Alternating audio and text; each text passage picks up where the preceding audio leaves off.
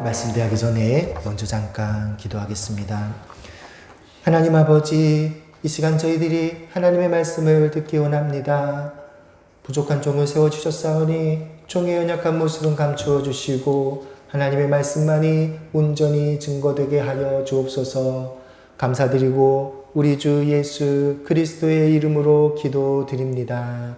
아멘. 우리가 살아가는 이 시기가 평화로운 시기입니다. 평화의 시기이지요. 아마 인류 역사상 전지구적인 차원으로 봤을 때 이렇게 평화로운 시기가 언제 있었을까 이렇게 생각될 정도로 평화로운 시기에 살고 있습니다. 그래서 현대인들은 태어나면서부터 평화가 익숙하고 싸우는 것, 전쟁이 좀 낯설어요. 그러니까 옛날에는 약육강식이라고 그랬죠.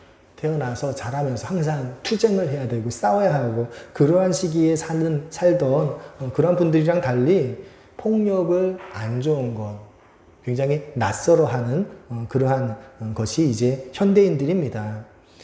이러한 어떤 습관 때문인지 영적 전쟁입니다. 영적 전쟁에 내가 싸워야 합니다. 이러한 이야기를 교회에서 해도 그걸 이제 즐겨 듣지를 않지요. 왜냐하면 현대인들 생각에 싸움은, 전쟁은 누가 하는 거예요?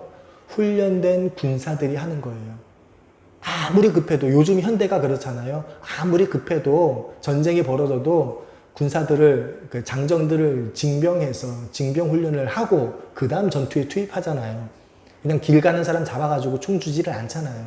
그게 너무 익숙하기 때문에 내가 예수님을 믿은 다음에 영적 전쟁을 해야 됩니다. 그러면 아니 전쟁에 나가려면 적어도 전쟁을 할 수 있는 어떤 훈련을 한 다음에 해야 되지 않을까 이런 생각을 하는 거예요. 뭐 그게 이제 예를 들어서 뭐 제자 훈련을 받는다라든지 하다못해 뭐 직분을 맡아가지고 어떻게 좀 이제 영적 전쟁을 할 만한 그 준비가 된 사람들이나 영적 전쟁을 하는 거지. 나처럼 아무런 준비가 안 된 사람은 하나님도 소집하지 않으시고 마귀도 건드리지도 않아. 이런 생각을 하고 있는 거예요. 이러한 생각의 밑바탕에는 어떤 의식이 있냐면 나는 약해. 이런 생각이 깔려 있습니다. 나는 그리스도 예수의 좋은 군사로 싸울 만큼 강한 존재가 아니야. 나는 약한 존재야. 내가 영적 전쟁 싸우려면 훈련을 받아야 된다. 내가 받은 훈련 뭐가 있어? 나는 아무 훈련 받지 않았어. 그러니까 나는 영적 전쟁에 대해서 참전하지 않을 거야. 하나님도 나 소집하지 않을 거고 원수마귀도 나 공격하지 않을 거야. 이렇게 생각을 하는 거예요. 그런데 오늘 구약의 말씀은 우리가 영적 전쟁에 대해 어떠한 태도를 취해야 하는지 아주 잘 설명하십니다. 너희는 보습을 쳐서 칼을 만들지어다. 낫을 쳐서 창을 만들지어다. 약한 자도 이르기를 나는 강하다 할지어다. 여러분, 영적 전쟁에 나가는 성도들은요, 나는 약한 존재다 라고 생각하면 안 된대요. 제 이야기가 아니라 요엘 예언자가 요엘 3장 10절에 말씀하고 계십니다. 그런데 모든 그리스도인들은 언제부터 영적 전쟁을 하냐면 몇 번 말씀드렸는데 회심한 이후부터 영적 전쟁을 하는 거예요.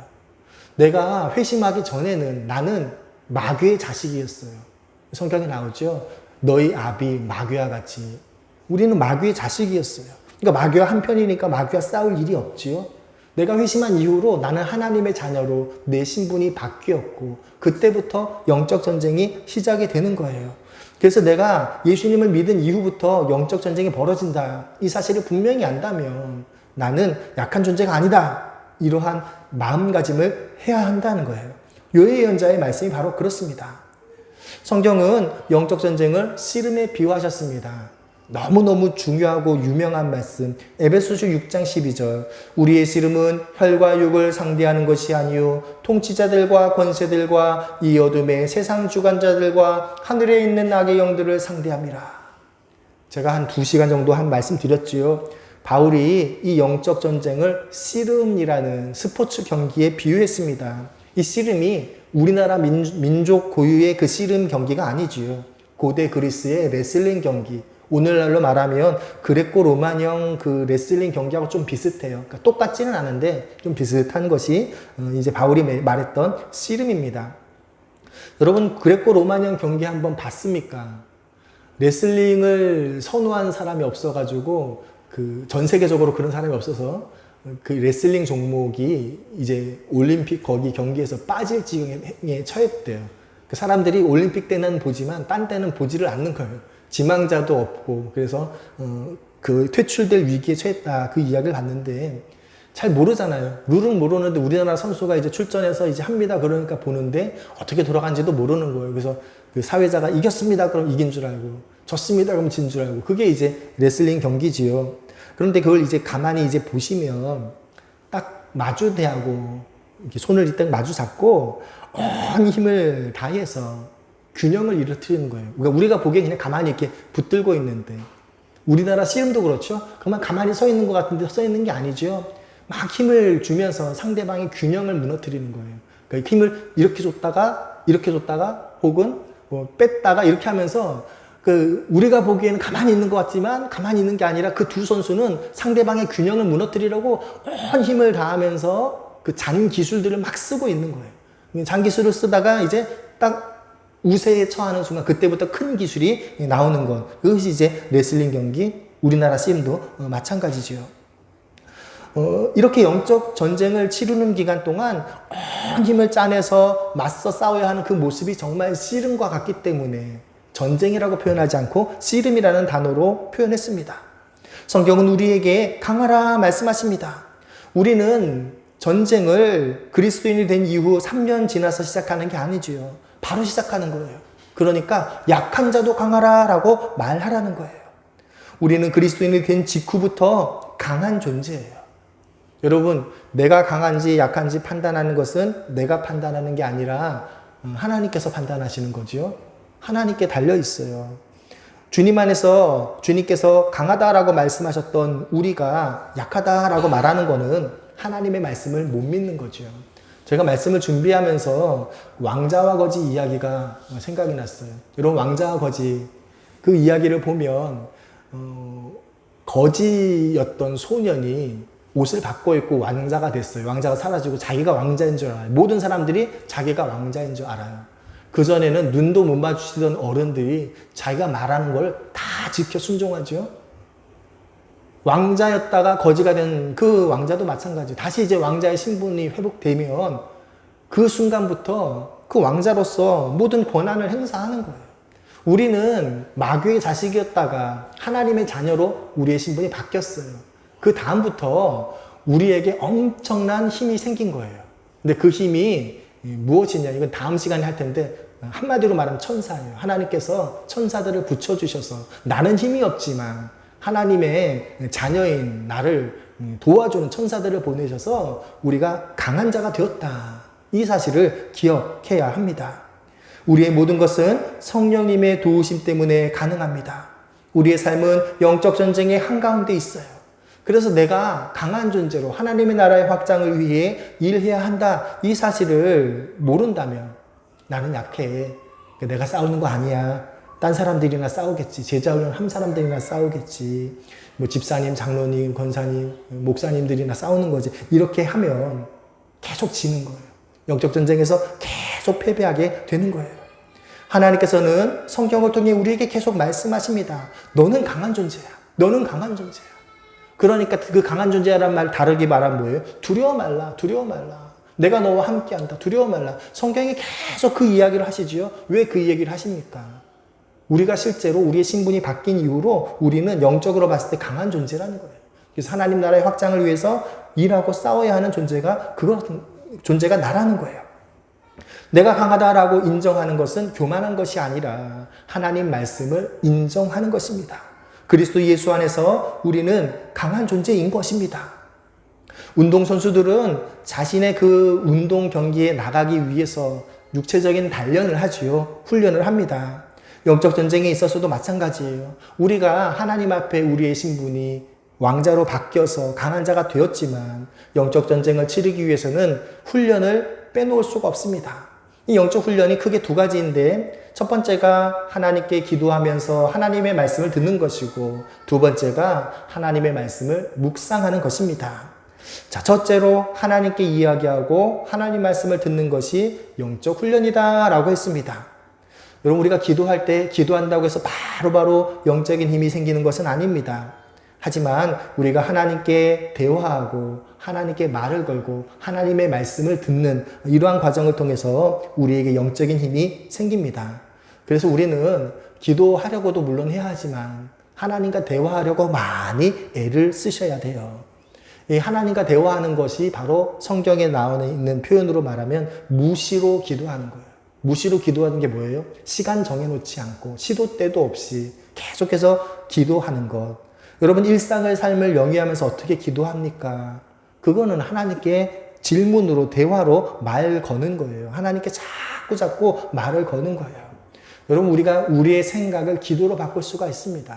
여러분, 내가 내 오감으로 들려오는 그러한 자극들을 나 혼자 느끼면 나 혼자 그냥 생각하는 건데, 그걸 하나님께 말씀을 드리면 그게 기도지요. 기도가 하나님께 말을 거는 거잖아요. 하나님, 참 저거 아름답네요. 저 나무 참 불쌍하네요. 저 꽃이 너무 시들어서 안타깝네요. 자꾸 내 생각을 하나님께 말을 거는 거예요. 하나님께 질문하는 거예요. 그런 과정들을 통해서 하나님과 교제하게 되고 하나님께서 말씀하시는 것을 내가 들을 수가 있습니다. 그러한 것들을 통해서 우리가 영적으로 강해지게 됩니다.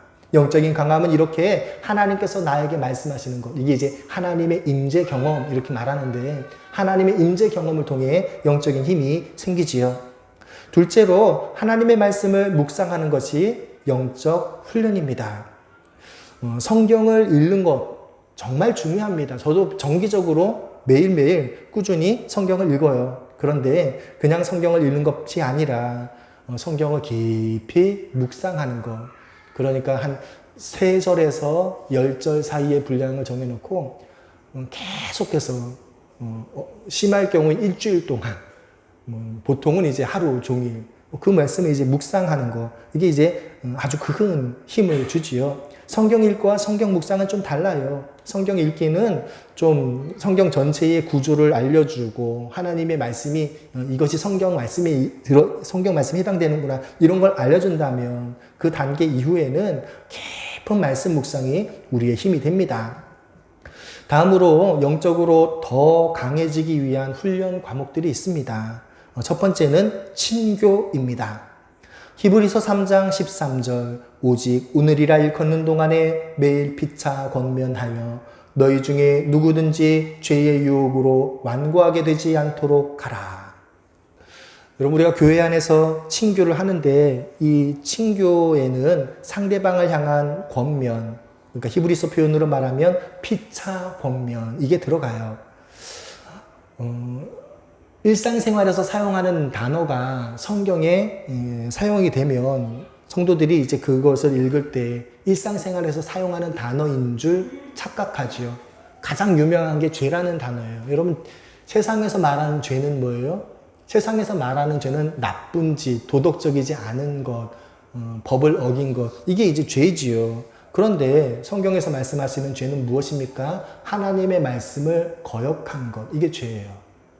이렇게 말하면 아시는 것 같은데 모르시는 거예요. 제가 구체적인 사례로 예를 들게요. 여러분, 세상에서 술 마시는 게 죄입니까? 세상에서 술 마시는 거 죄 아니에요. 그렇죠? 술 마시는 게 무슨 죄예요? 세상에서 술 마시는 거 죄 아니에요. 법으로 그 죄라고 안 정했어요. 죄로 정한 나라도 있지만 근데 죄라고 안 그랬어요. 그래서 세상에서는 술 마시는 건 죄로 안 해요. 근데 성경은 술 취한 건 죄예요. 그러면 우리가 그리스도인이 이 사실을 알때 하나님의 말씀을 거역한 게 죄다라고 생각을 했으면 술을 취하면 죄를 지은 거죠. 근데 술 취했다고 해서 하나님 내가 범죄했습니다. 회개합니다. 그런 분 얼마나 있어요? 없죠. 왜요? 세상에서 죄라고 안 하니까. 지식적으로는 말씀을 거스르는 게 죄입니다. 알지만 구체적인 상황에 적용을 하면 세상에서 그거 죄라고 안 하면 죄인 줄 모르는 거예요. 우리 교회가 기도할 때 이제 대한민국에 하나님 말씀을 거스르는 복과제도 이야기를 하는데 낙태가 합헌이 됐어요. 이제 낙태를 해도 죄가 아니에요. 지금은 낙태가 불법입니다 라고 하는 그 인식이 아직 남아있으니까 그러는데 제 딸들이 성인이 되었을 때는 낙태하는 거는 그거는 우리가 술 먹는 거랑 비슷하게 취급할 거예요. 그게 무슨 죄야 이렇게 할 거예요.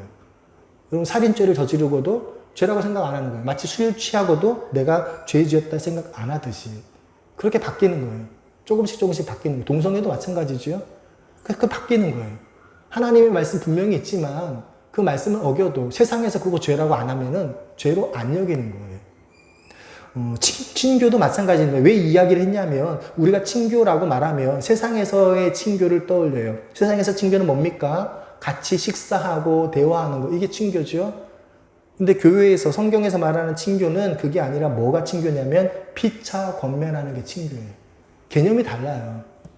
그러니까 우리가 친교합시다 그럼 당연히 밥 먹는 거 생각하는데 성경에서는 친교하는 게 뭐예요? 피차 권면하는 게 친교예요. 우리는 서로를 권면하며 마음이 강박하게 되지 않도록 애를 써야 합니다. 서로 격려해주고 서로 큰 믿음과 사랑과 순종을 베풀어야 돼요. 이것이 이제 하나님과 함께하는 본질적인 친교입니다. 그런데 이렇게 피차 권면할 때 이게 절대 쉬운 일은 아니지요. 여러분 권면하는 것, 충고하는 것, 조언을 듣는 것 잘 들으십니까? 내가 하나님의 도구가 되어서 내 몸을 의의 병기로 내어드려서 하나님께서 저 사람에게 이렇게 이야기해라 라고 하시는 말씀에 순종해서 하는 거는 그래도 좀 잘해요. 그런데 저 사람이 나한테 쓴소리 하는 거 잘 들으십니까? 잘 듣기 쉽지 않아요. 쓴소리를 하는 것도 하나님께서 저 사람을 통해서 나한테 말씀하시는구나 이렇게 받아들여야 되는데 우리의 본성이 그거를 잘 받아들이기가 절대로 쉽지 않습니다. 데살로니가전서 2장 11절 너희도 아는 바와 같이 우리가 너희 각 사람에게 아버지가 자기 자녀에게 하듯 권면하고 위로하고 경계하노니. 사도 바울이 데살로니가 교회 성도들한테 어떻게 피차 권면했습니까? 아버지가 자녀에게 하듯이 권면하고 위로하고 경계했다라고 말해요. 그러니까 그 친교에 속하는 것이 권면, 위로, 경계 이러한 것들이 친교에 속하는 거예요. 데살로니가전서 5장 11절 그러므로 피차 권면하고 서로 덕을 세우기를 너희가 하는 것 같이 하라. 여러분 권면할 때 피차 권면이라는 말이 여러 번 나오는데 무슨 말이냐면 일방적인 게 되면 안 된다는 거예요. 그러니까 나이 많은 사람이 나이 어린 사람에게 직분자가 평신도에게 이렇게 되는 게 아니라 피차 서로가 서로에게 권면을 해줘야 돼요. 왜 이렇게 피차 권면하라고 말씀하십니까? 서로 덕을 세우라는 거예요. 여러분 나이 많은 사람은 실수 안 합니까? 직분자는 실수 안 합니까? 직분자도 실수할 수 있죠. 직분자도 하나님 앞에 잘못된 길을 갈 수가 있어요. 그러면 그 직분자가 잘못된 길을 가는 걸 누가 깨우쳐줘야 돼요? 다른 그리스도인이 깨우쳐줘야죠. 그렇죠? 나이 많은 사람이 잘못된 생각과 판단을 하고 있으면 누가 깨우쳐줘야 돼요? 어린 사람이 깨우쳐줘야죠. 그래서 피차 권면하라는 말씀을 하시는 거예요. 근데 그게 실제로 구체적인 상황 속에 들어갔을 때 쉽습니까? 쉬운 일이 아니에요. 그렇지만 우리가 영적인 훈련을 하기 위해서 이렇게 하는 거예요. 그렇게 피차 권면할 때 내 스스로 영적인 체력이 올라가는 거예요. 내가 교만해지지 않고 영적인 체력이 올라가는 거예요. 영적으로 강해지기 위한 두 번째 훈련 방법은 성령 안에서 기도하는 것입니다. 유다서 1장 19, 20절 이 사람들은 분열을 일으키는 자며 육에 속한 자며 성령이 없는 자니라. 사랑하는 자들아 너희는 너희의 지극히 거룩한 믿음 위에 자신을 세우며 성령으로 기도하며. 성령으로 기도한다. 이걸 이렇게 아주 간단하게 한마디로 말하면은요, 방언으로 기도하는 것입니다. 고린도전서 14장 4절 방언을 말하는 자는 자기의 덕을 세우고 예언하는 자는 교회의 덕을 세우느니라. 여러분 방언 기도 하실 수 있으십니까? 방언 기도를 하도록 사모하라. 성경에 이렇게 이야기하고 누구나 다 할 수 있는 기초적인 은사 이러한 식으로 말씀을 하십니다. 왜 그러냐면 일상생활 가운데서도 방언으로 기도할 수가 있어요. 그러니까 우리가 걸어갈 때 방언으로 기도할 수 있지요. 내가 나 혼자 일할 때, 작업할 때, 뭐 요리를 하거나 작업을 할 때 방언으로 기도할 수 있지요. 왜요? 머릿속으로 우리말로 막 하면 내 신경이 그 기도하는 내용에 쓸리면 실수하고 문제가 생길 수 있잖아요. 그러니까 내 정신은 지금 작업하는데 집중을 하면서 방언으로 기도하는 거예요. 방언으로 기도할 수 있어요. 그렇게 기도하는 거예요. 물론 하나님께서 방언의 은사를 주신 이유는 입술로는 방언으로 기도하고 마음으로도 기도해서 기도가 2배의 효율을 내게 하기 위해서 방언의 은사를 주셨어요. 그러나 영적으로 훈련할 때는 일상생활을 해나가면서 다른 사람들한테 피해를 주지 않는 범위 안에서 매일매일 쉬지 않고 일상생활에서 방언으로 기도할 수 있어요. 여러분 운전을 해가지고 나 혼자 운전하잖아요. 남한테 피해 안 끼치잖아요. 방언으로 기도하면서 운전하는 거예요.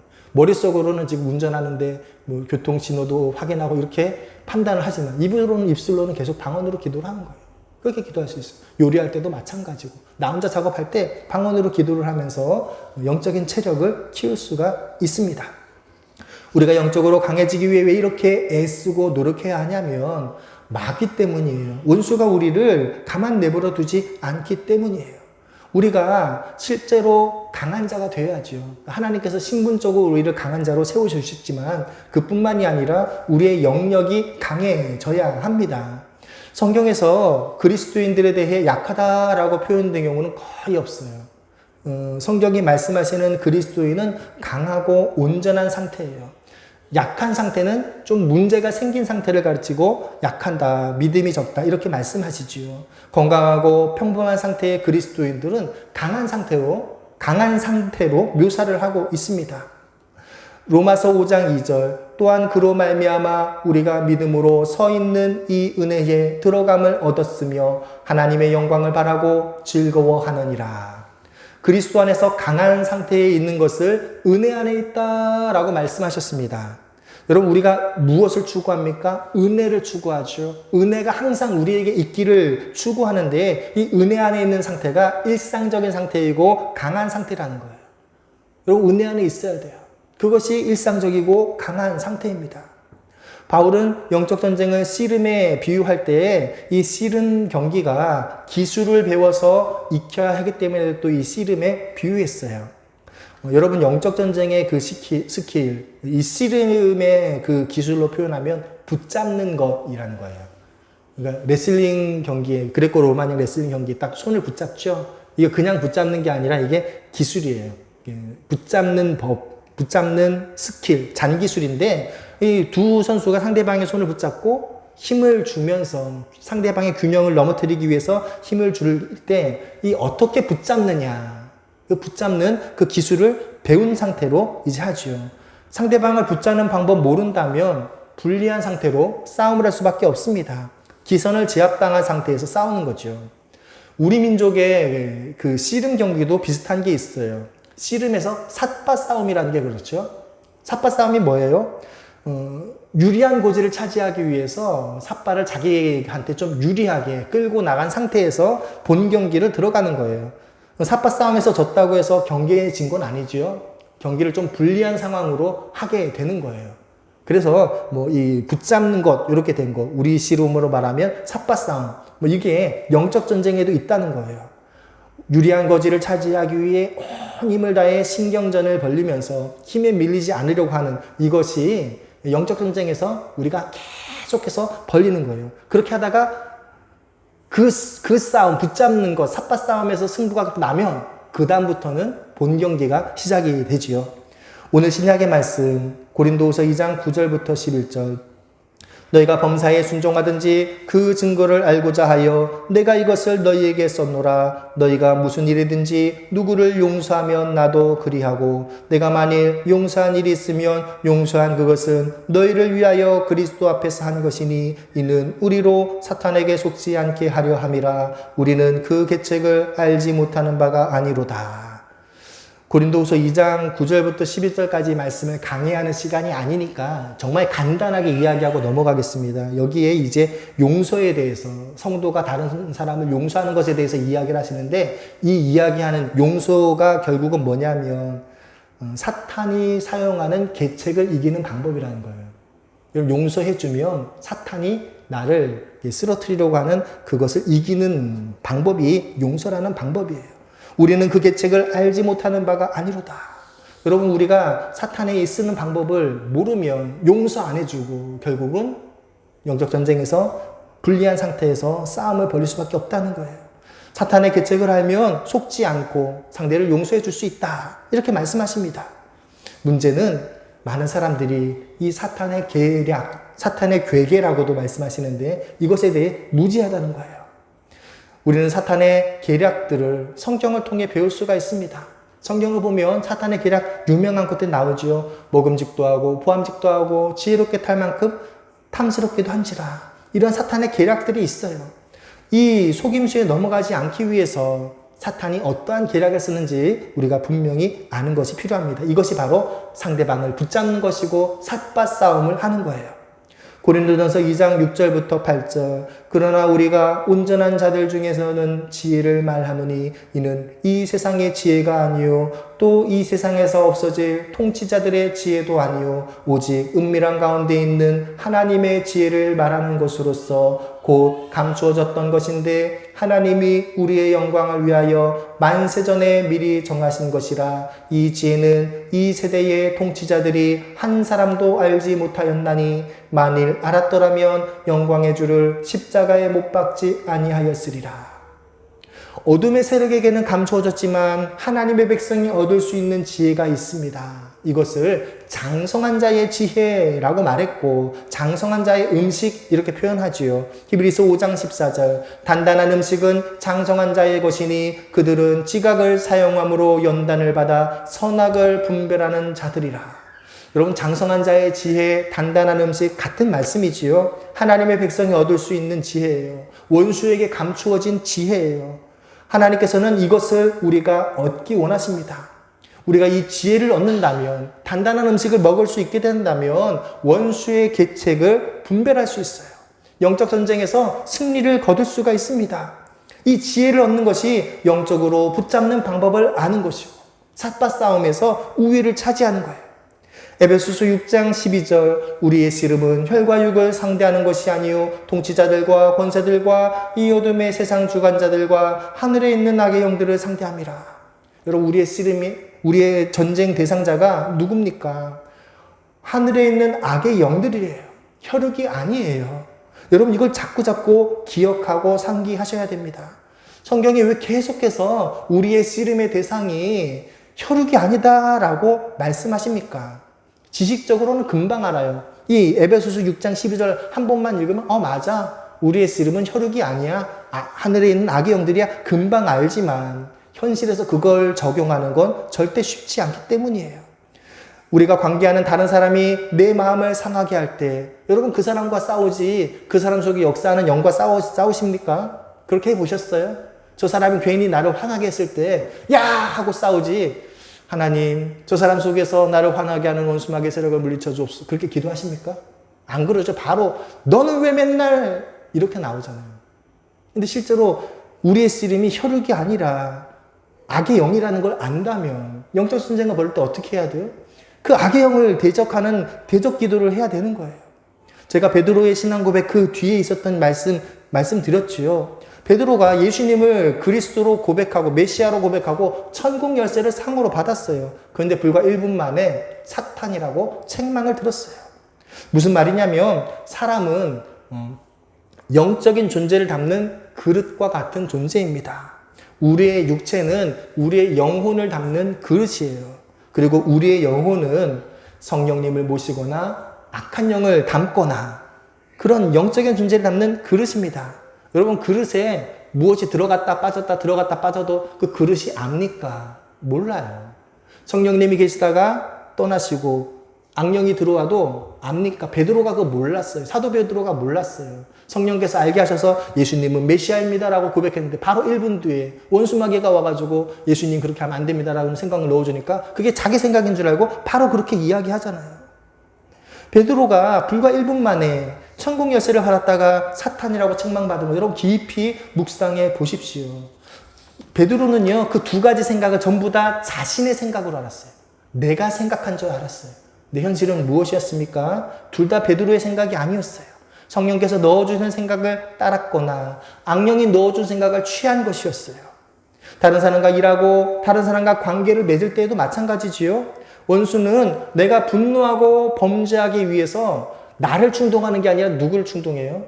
다른 사람을 충동해요. 다른 사람을 충동해. 성경에 그 이야기 많이 나오지요. 누구를 충동하시니라. 하나님의 백성을 괴롭게 하기 위해서 상대편을 충동해요. 그러면 우리가 영적 전쟁을 하면 그 상대편의 마음에 있는 악의 영을 쫓아내면 되는데 실제로 우리는 어떻게 해요? 그 사람과 싸우잖아요. 그 사람과 싸우잖아요. 그래서 그의 말과 그의 행동으로 내가 화내고 은혜를 쏟아버리는 그러한 일이 벌어지게 돼요. 내가 상대방과 싸우면 원수는 그 영적 전쟁에서 승리한 거예요. 왜요? 원수가 하는 일이 하나님 나라의 확장을 막는 것이 본질적인 거죠. 여러분, 내가 그리스도인인 줄 알고 내가 하나님 섬기는 줄 아는 사람이 나와 한번 싸우게 되면 하나님에 대해서, 예수님을 믿는 것에 대해서 마음이 열릴까요? 닫힐까요? 닫히는 거예요. 닫히죠. 그러면 적어도 그가 구원받는 통로로 나는 쓰임받지 못하는 거예요. 그렇게 이제 하나씩 하나씩 끊어 나가는 거예요. 우리는 상대방과 싸우는 것이 아니라 그 사람 속에 있는 악의 영을 쫓아내기 위해 기도해야 합니다. 사람에 대해서는 예의 있게 대하고 분노하지 않고 그의 말을 잘 들어줘야 돼요.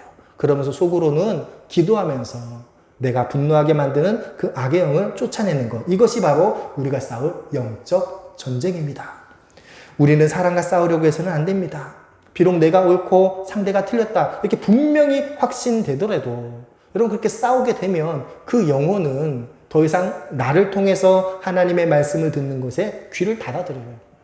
저 사람 항상 나한테 이제 나쁘게 얘기하는 사람은 귀를 딱 닫아버려요. 더 이상 이제 나를 통해서, 나를 통로로 해서 그 사람에게 하나님께서 말씀하실 수는 없게 되는 거예요. 관계는 할 수 있을지 몰라도 귀가 막혀버리지요. 영적으로 보면 한 영혼을 잃어버린 거예요. 그래서 우리가 사람에 대해서는 화를 내지 않고 예의를 다하고 정중하게 대하고 기도로서 악령에게 영적 전쟁을 벌여야 합니다. 교회가 사회의 여러 문제에 대해서 데모도 하고 싸워야 한다 이렇게 주장하는 분들이 있지요. 사회 참여를 주장하는 분들이 있어요. 교회가 세상을 바꾸기 위해서 이렇게 정부에 항의도 하고 데모도 해야 한다. 근데 그렇게 하다가 잘못해서 영혼을 잃어버리면 어떻게 해요? 그래서 교회의 전통적인 입장은 영혼을 잃어버리지 않기 위해서 어떤 문제가 있을 때 그 문제를 놓고 기도하라는 거예요.